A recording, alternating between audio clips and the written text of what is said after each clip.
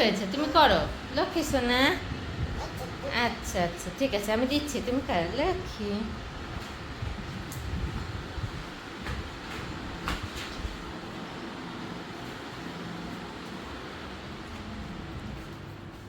আসসালামু আলাইকুম, নতুন আরেকটি ব্লগে আপনাদের সবাইকে স্বাগতম। আর 12টার বেশি বাজে, আর এখানে আমি বাবা টুল, এখানে আমি বসতে যেয়ে টুলটা সরে গেছিলো, পড়ে যাচ্ছিলাম। তো রান্নার প্রিপারেশন করছি, কি করব সব বের করে নিয়েছি, কাটাকুটি করছি। আর ব্লগটা আরও সকাল সকাল শুরু করা উচিত ছিল, করা হয়ে ওঠেনি। জারিফ আজকে লেট করে উঠেছে, ওর সাথে সাথে আমিও লেট করে উঠেছি। এই তো জারিফ উঠেছে 11টার দিকে, তারপর উঠে জারিফ হচ্ছে বিস্কিট খেয়ে পেট ভরেছে, আপাতত একটি বিস্কিট খেয়েছে, এখন পেট ভরা। ওর খাবার রেডি, ওকে এখনও খাওয়াই নেই, আমি খেয়ে নিয়েছি। ভাবলাম এই কাজগুলো আগিয়ে রাখি, এরপরে বসে জারিফকে খাওয়াবো। জারিফ এখন খেলাধুলা করছে, আর আমি যখন এগুলো কাটাকাটি করছিলাম তখন জারিফ এসে দেখে একটা এমন লুক দিল যে হচ্ছে মানে এখন মাকে টানাটানি করে কোনো লাভ হবে না, মা তার প্রতিদিনের কাজে চলে গেছে, যেটা মা করে, এরকম একটা লুক। মাশাআল্লাহ, দেখতে দেখতে আমার সোনাটা বড় হয়ে যাচ্ছে। মানে বাচ্চারা দেখতে দেখতে কিভাবে বড় হয়ে যায়।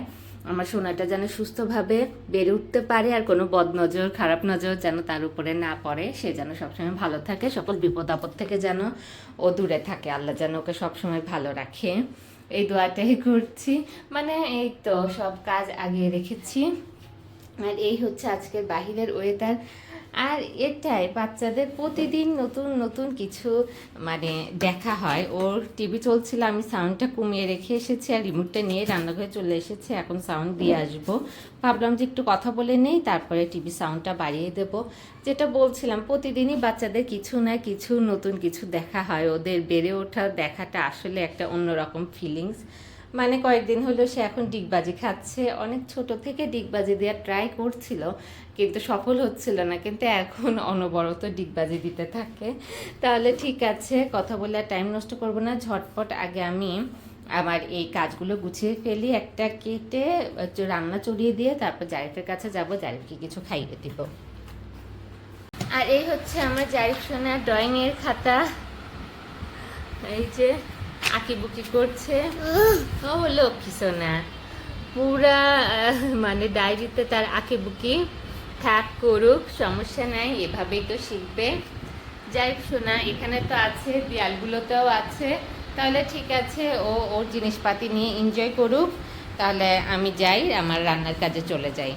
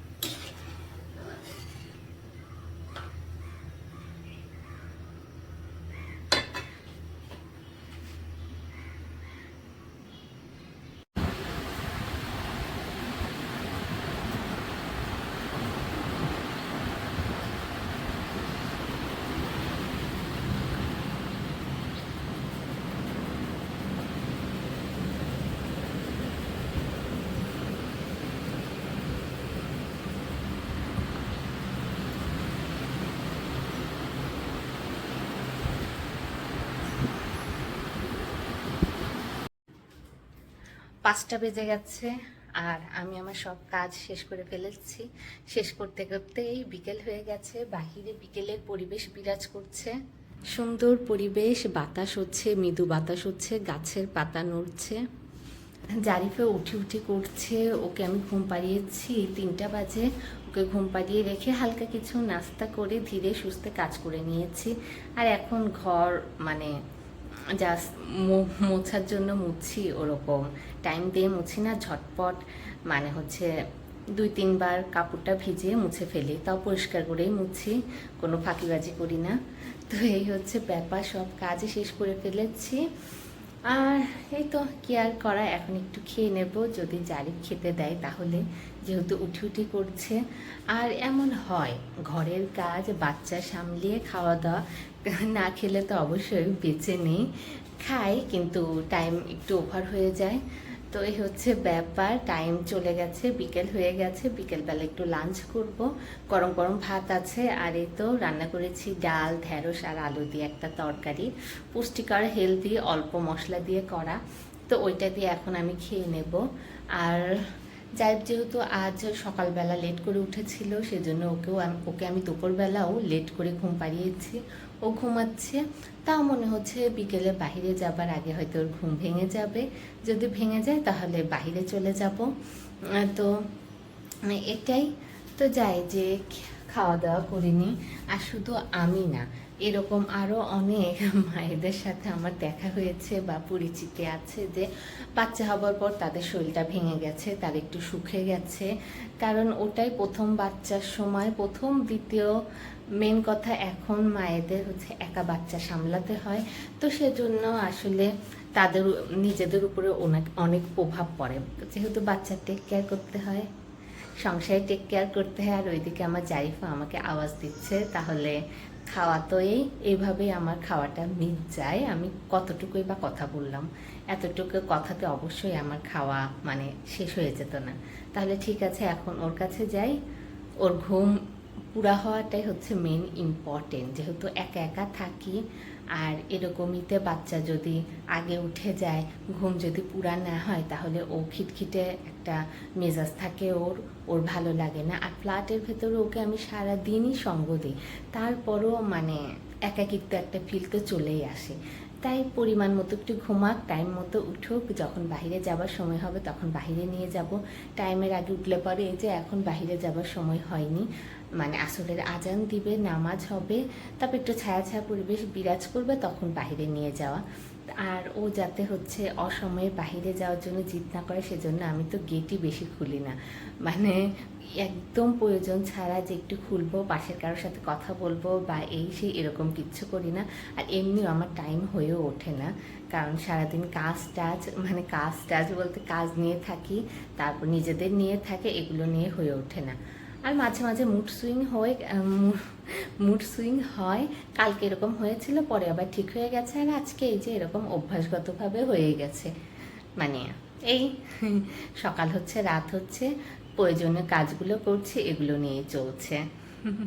তাহলে ঠিক আছে, যাই দেখি ওকে সত্যি উঠে পড়েছে নাকি একটু আওয়াজ দিয়ে আবার ঘুমিয়ে গেছে। যদি ঘুমিয়ে যায় তাহলে খেয়ে নেব। জারিফ একটা আওয়াজ দিয়ে আবার ঘুমিয়ে গেছে। আর এই হচ্ছে আমার রান্নাঘর। আসলে প্রতিটা কাজের পর যেখানে যে জিনিস থাকার কথা, সেখানে সেই জিনিস থাকলে পরে দেখতে আমার খুবই ভালো লাগে। এলোমেলো থাকলে আমার একদমই ভালো লাগে না। জারিফের পাপা আসলে পরে তো ওনার সাথে আমার সবসময় এই যে উনি যখন পানি খায়, জগটা যেখানে আছে এখানে না রেখে অন্য জায়গায় রেখে দেয়, এটা নিয়ে ওনার সাথে আমার অনেক লাগে। তো এই হচ্ছে ব্যাপার। আর অনেকের কাছে এগুলো মনে হয় যে কি দরকার, রান্নাঘর তো যেমন আছে অমন থাক, এত পরিষ্কার রাখার কি আছে। কিন্তু এত পরিষ্কার রাখি না, যতটুকু রাখার আমি রাখি। মানে এরকম দেখতে, কাজ শেষে যেটা যেমন আছে এরকম দেখতে আমার খুবই ভালো লাগে। তাহলে ঠিক আছে, আমি হচ্ছে এখন আমার ভাত বেড়ে নেই আর একটু খেয়ে নেই। আর এই তো, যেহেতু আমার কোনো হাউস হেল্পার নাই, যখন যে কাজ সেটা করে ফেললে কত ভালো লাগে। এখন যদি কোনো থালাবাটি যেটা হচ্ছে নোংরা ছিল, ওটা যদি আমি না বেজে ফেলে রাখতাম যে একেবারে রাতে মাজবো, তাহলে এই জায়গাটা বুক হয়ে থাকতো, আর দেখতেও ভালো লাগতো না, অস্বাস্থ্যকরও হয়ে থাকতো। এই যে এটা এখন পরিষ্কার আছে, আমার টুকিটাকি নাস্তা বানায়, যাই হোক, এটা আমি মানে খালি পাচ্ছি, ফ্রেশ পাচ্ছি। এখানেও তো আমি অনেক কিছু কাটাকাটি করে ফেলি, কারণ একদম পরিষ্কার। তো এই হচ্ছে ব্যাপার। তাহলে ঠিক আছে, আস্তে করে প্লেটটা বের করি, এই শব্দে আবারও উঠে যাবে। এবার গ্যাস তাড়াতাড়ি শেষ হতে পারে, কারণ এবার রান্না চুলাতেই ভালোই রান্না করছি। শুরুতে এরকম রান্না করতাম না বেশি। আর এটা এখনও দিয়ে রেখেছি, এতে ভাত অনেকক্ষণ গরম থাকে। কারণ একবারই রান্না করি দুপুর আর রাতের খাবারটা, মানে ভাত একবারে রান্না করে ফেলি, দ্বিতীয়বার আর আমি কোনো গরম করি না, এটা এমনি গরম থাকে। আর ভাত দ্বিতীয়বার গরম করা এটা স্বাস্থ্যসম্মত না। ভাত দ্বিতীয়বার গরম করলে ওইটা হচ্ছে মানে স্বাস্থ্যের জন্য ভালো হয় না। তাহলে ঠিক আছে,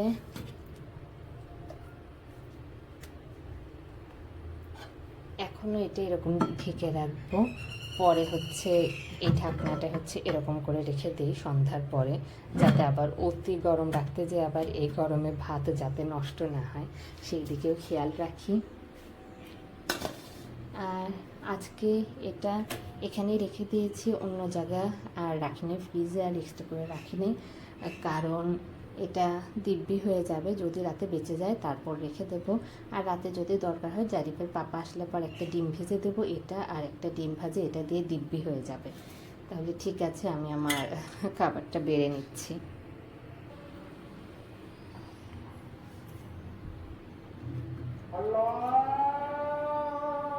আজান দিচ্ছে আর সন্ধ্যার পর একবার এটা জাল দিব, যেহেতু একটু নাড়া পড়লো।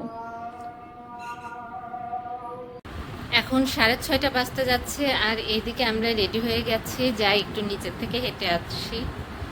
বারবার মুখ জড়িয়ে যাচ্ছে কয়েকদিন ধরে, কয়েকদিন ব্লগ না করে কেমন যেন মনে হচ্ছে যে অভ্যাস চলে গেছে, এরকম একটা অবস্থা।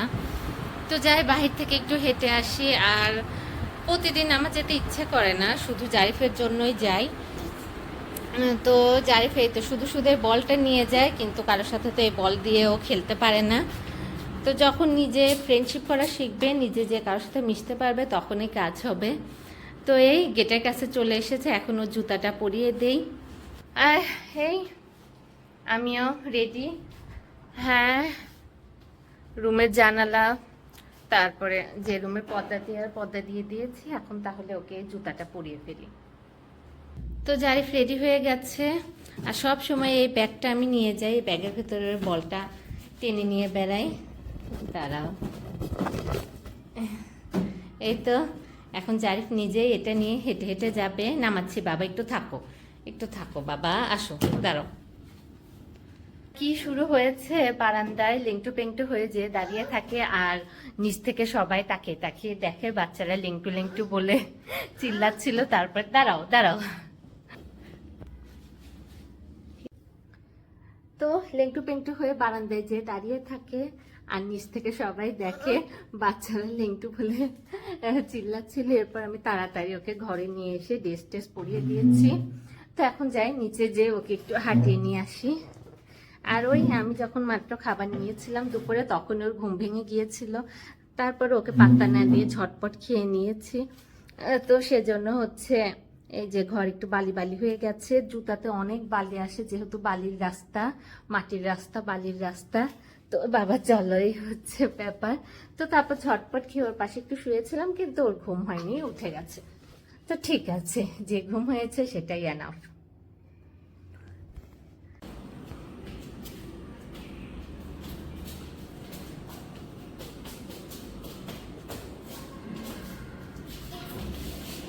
চলো, মাশাআল্লাহ।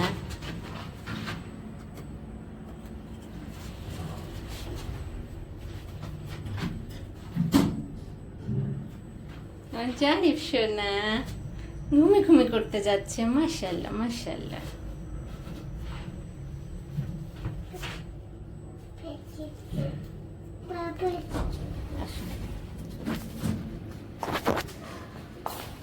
আসতে না,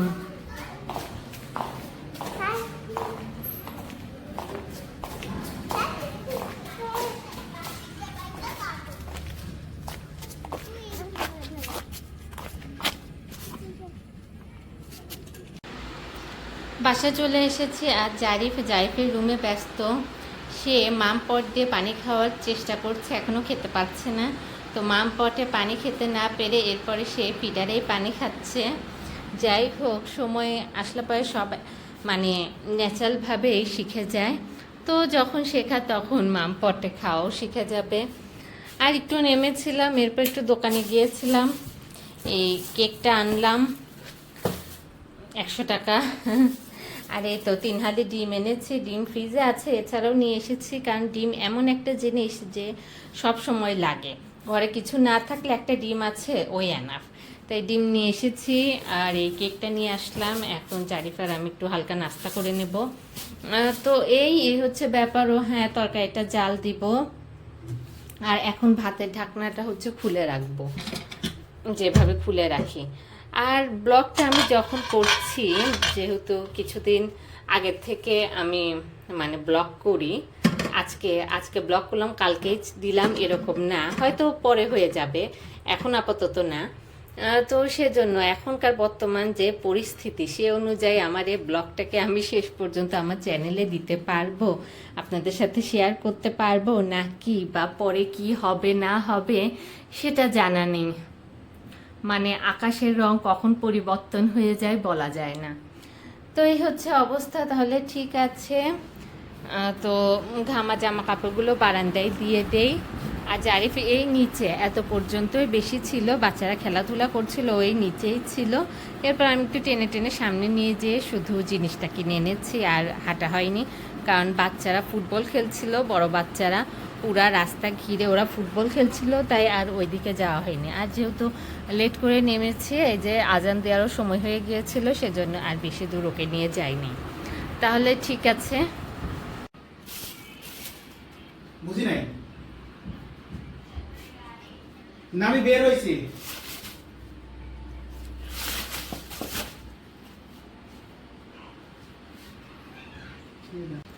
এখন 8টা বাজে আর এখানে রয়েছে কিছু সবজি, কিছু কাঁচা সবজি আনা হয়েছে, তো এগুলো জায়গা মতো রেখে দেবো। আর আমি ভাত মাখিয়েছি যে জারিফকে খাওয়াবো, তো ঝটপট যেগুলো যেখানে রাখার দরকার রেখে তারপর জারিফকে খাইয়ে দেই।